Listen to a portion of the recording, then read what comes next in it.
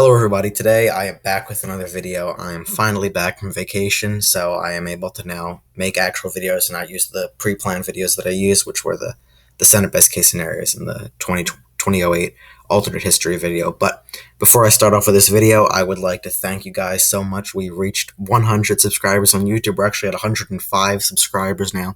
So in the past week, we've been growing like crazy, and I really appreciate that. Let's get it up to 200 by next week, if that's possible. No, I'm kidding. But if we can do it, that'd be great. 200 by next week. Share the videos with your friends. Tell people about the channel. I really hope to grow this channel. And you can say you're one of the first subscribers to my channel if it ever gets to be a big channel. And, I don't plan to stop anytime soon. But anyway, I just want to thank you guys so much for 100 subscribers. Obviously, as promised, I'll be doing my celebration video. This is going to be a 2024 election prediction between the two most likely candidates for president of the United States on the Republican and Democrat ticket, Joe Biden versus Donald Trump in 2024. It'll be a 2022 Senate election prediction, my most recent prediction. And I'll be doing a 2022 governor election prediction. Forgive me, I'm not as well versed on the governor elections as the presidential and Senate races. But I'm going to do my best. I'm going to go over some of the states I'm not really going to pay too much attention on. I will fill them out based on how I believe they will land. But I'll obviously go for the governor maps. So anyway, let's start off with the 2024 election prediction. So we're going to start off with safe Joe Biden states. Obviously, at the moment, Joe Biden is at a very, very low point in his presidency with Afghanistan, with the crisis, or I guess it's still a former crisis, I guess, at the southern border, the economy, the gas prices. We've seen them have a tremendous effect. Me and in Maryland, where I live, it's had a tremendous effect. Just increasing, terrible for the economy. The stock market is not doing as well. So very, very low point for the Biden presidency. And I think Afghanistan's obviously the worst part of it. May not be the best electoral map for him, but this is where it's at this point in the campaign. Trump been gone for somewhat amount of time, maybe 7 months, 8 months, but that's a decent amount of time. He's doing a rally tonight, actually, but obviously not in the mainstream media. So I do think that could help him coming back after 4 years or whenever he starts coming back, obviously campaigning in 2022. So I see that being as an advantage for him. But anyway, let's just get right to the safe Republican states. And I'm not going to characterize Colorado as safe yet, at least, just because it's not as big of a margin. I know Biden did win it by a decent amount in 2020, but it's not as big of a margin as New York or California, solid states. So I'm just going to leave where it is at the moment. Same with Virginia. But anyway, these are all the states that I'm going to characterize for safe on each side. Let me just get to likely Trump states. Likely Trump states are going to be Iowa, Ohio. Those are going to be likely. I'm going to say Maine second is likely. These are all states that Trump won by likely margins in 2016, 2020. So one's correct to assume that it will continue this trend. Trump won Iowa by about 8 points in 2020. He won it in 2016 by about 9 points. Won Ohio by about 8 points. He won it in 2020 by about 8 points, and he won 2016 by about 8 points. Maine second, won by about 7 points this election. So all likely margins. I show the margin in the description of the video. And those will continue to remain likely margins. At this point, I see Trump winning Florida by over 5 points, giving him a likely Florida margin, which will have him surpass Texas. Democrats have lost significant popularity in Florida due to DeSantis, due to increased Cuban support, Venezuelan support, Puerto Rican support for Republican candidates, which was driven in pretty much by Trump. And then obviously DeSantis continuing and following through with Trump's push. Trump could win it by over 5 points. Rubio won it by 7.7 in 2016, so it's very possible for a Republican to win Florida by a significant margin, and I do think he could. Biden, very unpopular in Florida, and Trump is popular there. That is essentially his first home now. He no longer lives for a large part of the year in New York. So yeah, Florida now shifting as likely for Donald Trump.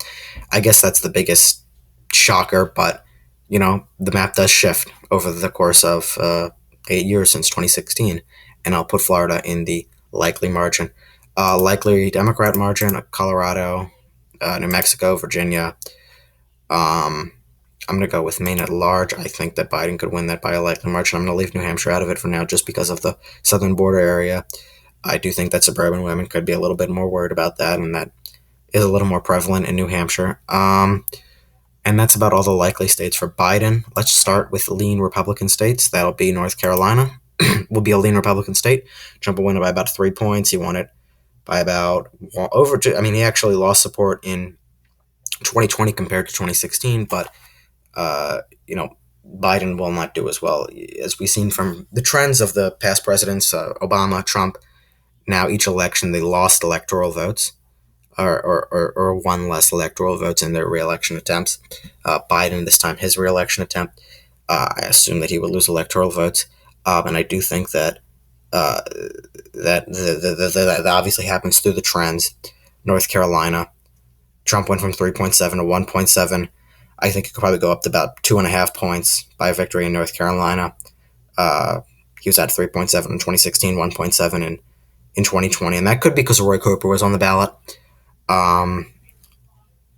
Obviously, a Democrat, very popular Democrat in North Carolina, or Democrat governor incumbent, as popular as you can get with the proportion of Republican to Democrat in the state. Trump could win by about 2.5%. And the final lean state would be Wisconsin. Trump would win Wisconsin by about 2 points. I see the shifts happening. The shift, it went back. It was at 0.7 for Trump in 2016. That was a major shift from 2012, where Obama won it by about over 7 points. So major shift. Then Biden won it back barely by 0.5%. Trump can very much shift it again to the right, especially as African Americans, black people move out of the cities in Wisconsin down to Texas, to Georgia. And that obviously facilitates the shift in Wisconsin too. Trump could win it by about 2 points the next election. That's all the lean states for Trump.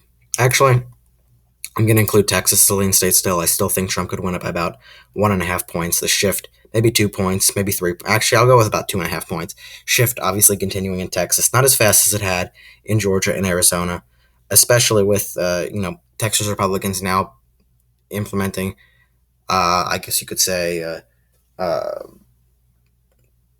new voting laws which will help Trump, and obviously they will prevent people such as prevent Democrats from getting as high of a turnout as they would have, as they usually do, where they go around all over. The Democrats are very good at coming out, getting supporters out to rally, go to houses, tell people to vote.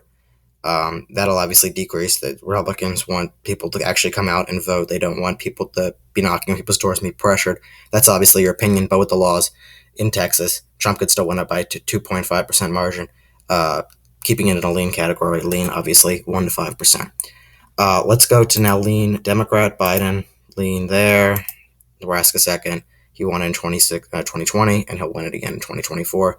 Maybe not by as big of a margin as he did in 2020, maybe about 3-4%, but it'll still be a win.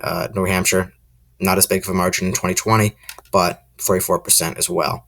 And also Nevada, lean state. It will lean for Biden, and in 2020, has a high proportion of Democrats to Republicans. I don't think the Hispanic population in Nevada will significantly. It has the Hispanic support has slowly shifted. Trump and Republicans getting more of the minority of Hispanics in the country, but I do think that Biden could still hold on to Nevada pretty easily.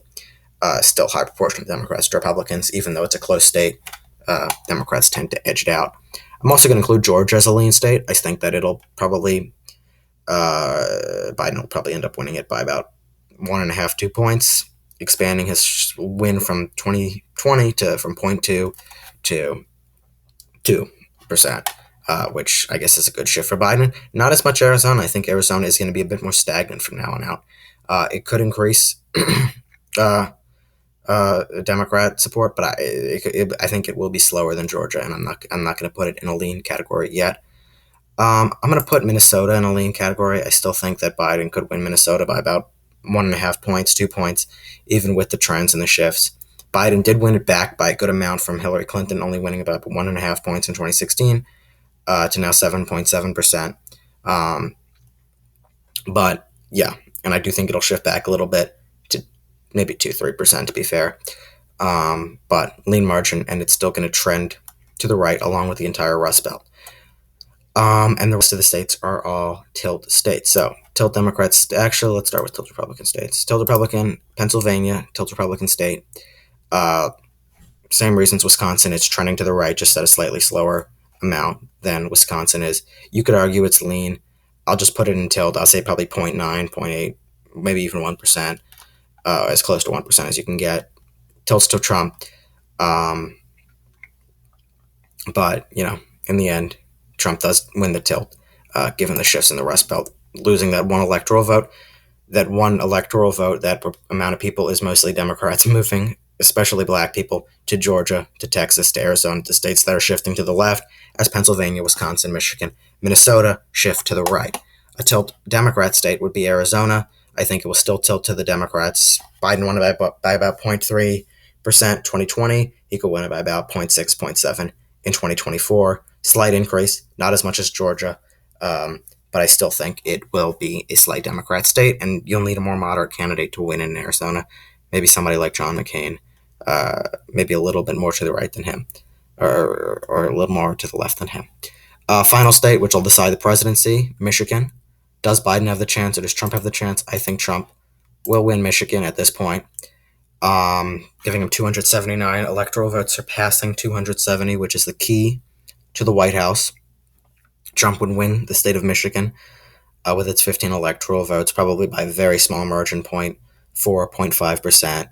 It did not shift as great as Wisconsin and Pennsylvania did in 2020 or in 2016, and it shifted back in 2020 to a greater margin for Biden and then Pennsylvania, Wisconsin. But obviously, 2024, 4 years later, more migration happens, now down to 15 electoral votes and 16 to 15 if you paid attention to the previous elections, becoming more of a Republican state with black people, Democrats moving out to the South. And I do think Trump will be able to pick it up in 2024. I'm so used to saying 2016, 2020. It's hard to say 2024 now, but I do think Trump will be able to pick it up in 2024, giving him the presidency over Biden. Essentially, this is Trump's 2016 map, except for Arizona and Georgia. And it's Trump's 2020 map, except he wins Wisconsin, Michigan, Pennsylvania. So very close to the previous election map, slight shifts in the trends. You'll start to see the trends continue to reform, go to 2028, obviously. I've only done 2 of those videos so far. But, you will see Minnesota possibly go red, Texas go blue. You will see these trends happen. And, you could eventually see a 2028 map, 2032 map looking somewhat like this. So you can see the South area right here, more West Coast South, the Southwest becoming more Democrat. Northeast, still slightly Democrat. Rust Belt, still middle of America mostly. That Florida with 30 electoral votes, still all red. And then it'll be a harder, closer election, and you'll have different toss-up states, Arizona, Texas, maybe New Hampshire. But yeah, that's what you would see a future map looking like. But at the moment, this is what the map looks like. So I guess I'm done with the presidential election prediction. I'm going to move on now to the Senate election prediction. I hope I don't lose my voice. I might go through the Senate prediction in a little less time than the presidential election prediction, but I hope to give you guys a good overview of everything. I'm just going to reset the map as I always do. So it's a blank map, and I can just fill it in as I please. Okay, here we start with the Senate, the 2022 Senate election prediction. Let's start with the safe states, Tammy Duckworth. We'll start with Illinois, that one little blue island and the red field. Popular in Illinois, obviously she defeated a Republican, I forgot what his name was, in Illinois back in 2016. And that was from when Republicans did significantly good in their red wave in 2012. So you can see the shifts there. Now, Illinois, safe Democrat race. Obviously, same with Vermont, New York. I think if Bernie runs, he'll be in his 80s. But if he runs, Vermont, obviously a very safe state for the Democrats nonetheless. Let's go to safe Republican states. I'm pretty sure it's at 46. I hope I didn't forget anything. I'm going to leave Alaska out of it for the moment, but we may come back to it. I'm just going to include Illinois, Missouri in this characterization, because it's a red wave year, and I just think that they'll win. I'm also going to include Iowa as a safe state. I think that it could go above 10 points. Chuck Grassley runs in. I don't think Chuck Grassley will run in Ohio. I mean, he will be close to 100 by the end of his term if he ran in Ohio. He's 88 at the moment. So if you fast forward to 2022, he'll be 89. That's a 6-year term, 95 years old. So, I mean, 5 years away from 100. I don't know if he wants to do that. And I don't know if he can even last another 6 years when you get to that age. The life expectancy obviously goes down significantly. That's for everybody. Obviously, I don't know if we'll run in Ohio, but I still think they'll get a strong candidate. But if Grassley ran, it would probably be a safe margin for Republicans. But somebody else ran, maybe, probably, likely. That's what I'll put it at. But I'll leave that out of it for the moment. But you know what? Let's just do it right now. Ohio, likely Republican. Pretty much any other candidate that runs. Florida, likely Marco Rubio. Marco Rubio will probably win by about 7-8 points. Maybe even more with the red wave. This is now a red wave. He won in 2016, which wasn't even that much of a red wave. It was obviously a good win for Republicans, but won it by 7.7. 2022 expected to be even bigger, and increased Cuban and Venezuelan support and Puerto Rican support for Republicans, especially Marco Rubio, being Cuban, very popular among that section of voters. So I do think he'll win Florida by a significant margin, even against somebody like Val Demings. We'll obviously have to wait for more polls to come out, but I still see Florida as a pretty solid state for Republicans if Marco Rubio runs. I'm going to include Alaska as likely for Republicans. I think that even Ms. Markowski, who will almost definitely lose the Republican primary, I know she runs every time. If she runs third party, she could screw things up a bit for Republicans if the Democrat drops out. And with obviously ranked choice voting, she has a shot. But I think Republicans will edge it out, likely margin. Probably Republican candidate. I don't really know the candidates in Alaska will win by about 6-7 points. Anyway, let's get now to likely Democrat states. Not too many of them, just because it just doesn't happen to be like that this election. I'm just thinking if I can even characterize any, and I'm not going to characterize any likely Republican or likely Democrat states, just because there aren't any of them that I can see. If you disagree, you can please let me know in the comments. But we'll go right into lean Republican states. I'm going to say Wisconsin is a lean Republican state, and North Carolina, regardless of whether Ron Johnson runs in Wisconsin or not. I think that Republicans have a really good shot at it. It's been continuing to trend to the right since 2016. I mean, technically since 2014. But Trump obviously helped facilitate that growth even more. And I do think Republicans will end up winning that race, regardless of Ron Johnson running. Obviously, we need the candidates to present themselves, and we are still about a year and a few months out from the actual 2022 election. About, I would say, 9 months out, maybe less, or maybe more. I would say about 10 months out from the actual 2022 campaigns, or at least primary campaigns, and then we'll get to see the Wisconsin actual candidates. But I'll leave those two states lean. Richard Burr retiring, Larry Trump's not running in North Carolina, but I do think that any Republican does have a pretty good shot at it. Red wave, as I like to say over and over again.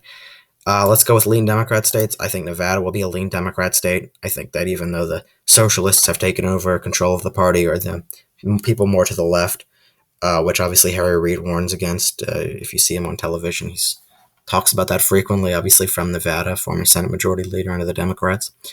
He doesn't think that will help them for elections, and it probably won't, but I think that, I haven't really been able to see it so far. There's a high proportion of Democrats to Republicans in Nevada, and they do have a pretty strong support and turnout in Nevada. They tend to win those states by 2 to 4 points, depending on the election season. They'll probably end up winning Nevada by about 2 points, just based off of the trends and history of the state, even in a red wave year.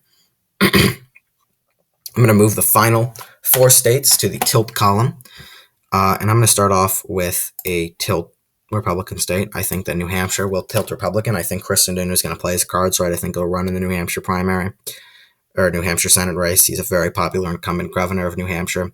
Maggie Hassan only won by 0.2% in 2016, Sununu has an upper hand, and I do think he'll end up tilting that state. Obviously, Senate races are different than governor races in New Hampshire, especially for turnout and Democrats. It's a red wave year. Sununu's still very popular, and I still think he could win New Hampshire. You could even say a lean margin, but I haven't really seen many polls in New Hampshire, so I don't want to make a broad characterization at the moment, or more of a direct characterization, actually. Now let's get to Arizona. Doug Ducey's not running. We haven't really seen any candidates coming out of Arizona, maybe a few, but none too serious. Once we start seeing the polls, I'll be more interested in it.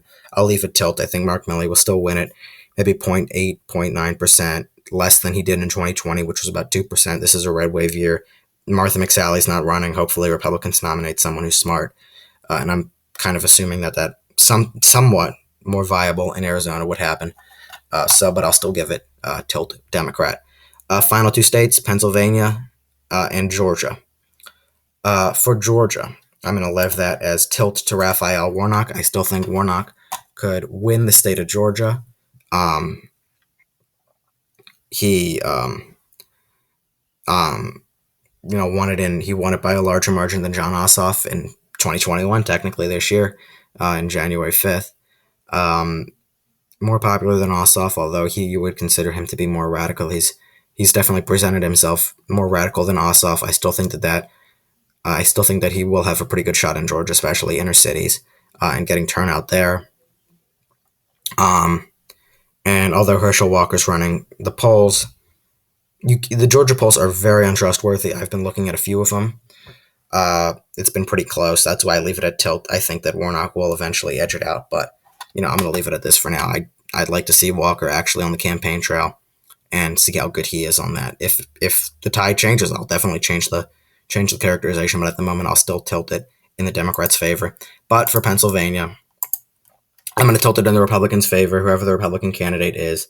I think that it's been trending to the right. Pennsylvania, same with Wisconsin, not as quick as Wisconsin, but it's a Rust Belt state. Wolf isn't running. There are still some strong candidates for the Democrats in Pennsylvania, but I think Republicans will end up taking the state, continuing with the trends. Obviously, Pat Toomey retiring in Pennsylvania, making it an open race.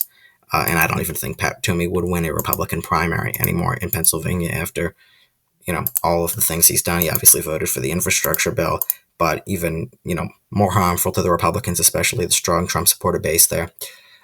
He voted to remove President Trump, or I guess find Trump guilty in the Senate because Trump was no longer in office by the time the Senate vote happened. He was one of the, I believe, 7 Republican senators to do it. And obviously that hurts him significantly, but he's not running. I guess a smart political decision. Anyway, Republicans end up taking back the Senate 51-49, defeating the Democrats, and I assume Mitch McConnell will reemerge as the majority leader unless the Republicans vote for somebody else. Anyway, enough of that. Let's move on to the governor prediction now. I'm starting to lose my voice. My voice is on its last limb. For California, I'm just going to be considering it's a governor election. I'm just going to be going off of the recall election predictions.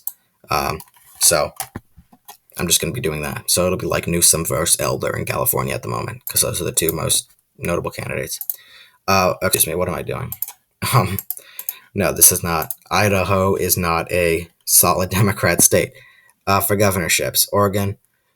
Actually, I'm going to leave Oregon out of it. I know that the governor, I think it's Kate Brown, isn't too popular. I know that she did have a somewhat closer race in 2018, which was a Democrat wave year. In 2022, it could be closer, so I'm going to leave that out of it at the moment. But let's go to safe Democrat states. I do think Kathy Hochul will do well in New York. I think that with Larry Hogan retiring, and I know Rutherford, lieutenant governor, will probably run, but I don't know how well he's going to do. We haven't really seen much polls out of Maryland, and it is still a solid Democrat state. Larry Hogan, obviously a very left-wing Republican, or a liberal Republican, however you want to call it, and he has that appeal for many moderates and even some Democrats. So, you could still say that Larry Hogan was a once-in-a-lifetime Republican nominee to win in Maryland, just given its demographics. But anyway, let's go on. Connecticut, solid blue state. I'm going to leave Virginia out of this. And And I think that Jared Polis is very popular in Colorado. He'll end up winning there. Hawaii, still solid Democrat state. Illinois, solid Democrat state. I always forget about that island, as I say. And I'm going to leave New Mexico out of it. As I say, I'm not the best with governors, so please, if there's a close race that I'm missing on here, you can let me know about it. For the Republicans and the Democrats, I'm not as well versed on this yet, and I'm going to do my best to learn more about it. But anyway, I'm going through the safe Republican states, all of those. I know that Kansas is going to be more of a toss-up state. It has a Democrat governor at the moment who won in 2018, so it'll be closer. It won't be as safe. Arkansas, there is I forgot what the name of the governor is. I know that he's very unpopular with the Republicans in the state. I don't know if he would win a primary if he ran again. I don't think he would win, but I think the Republican nominee, whoever that is, obviously strong Trump supporter, getting Trump's backing. Asa Hutchinson's his name. Very unpopular in Arkansas. I think because it was a transgender bill that he signed saying that I think that they could compete in sports or something about conversion therapy or surgery. I'm not as familiar on it, but I do know that he's unpopular with the Republicans there. If he ended up somehow managing to be the nominee, then it would be a much different circumstance. But if he decides not to run, or if he gets defeated in the primary, Arkansas will be a safe Republican race. All right, let's go to likely Democrat races. Actually, I'll go Vermont. Still has that popular governor, and Charlie Baker in Massachusetts. We'll keep it at safe. This is if Chris Sununu doesn't run. And I'm going to put Maine as safe because I'm not even that well versed. I'm pretty sure that these two governors in Vermont and Massachusetts are still popular. I know this is the governor race. I now going over all of these things, I know I need to do a lot more research. So hopefully I'm going to get to that, I promise. But I just wanted to make this video for you guys, and I just got back from vacation, and I just wanted to do it because I know that, we got to the 100 subscribers. But no excuses. Anyway, likely Democrat states. New Mexico will be a likely Democrat state. I think Terry McAuliffe will win by a likely margin. Not safe. Virginia actually having more of a trend to the right now. Trump not getting involved in that race. I guess smart politically. Virginia, not a safe state, but still a likely state. I'll say Minnesota will be likely. Obviously, I'm not as familiar with it. And I'm going to leave Michigan, Wisconsin, and Pennsylvania out of it for now. For Oregon, I'll leave Oregon out of it for the moment. The governor races are so strange.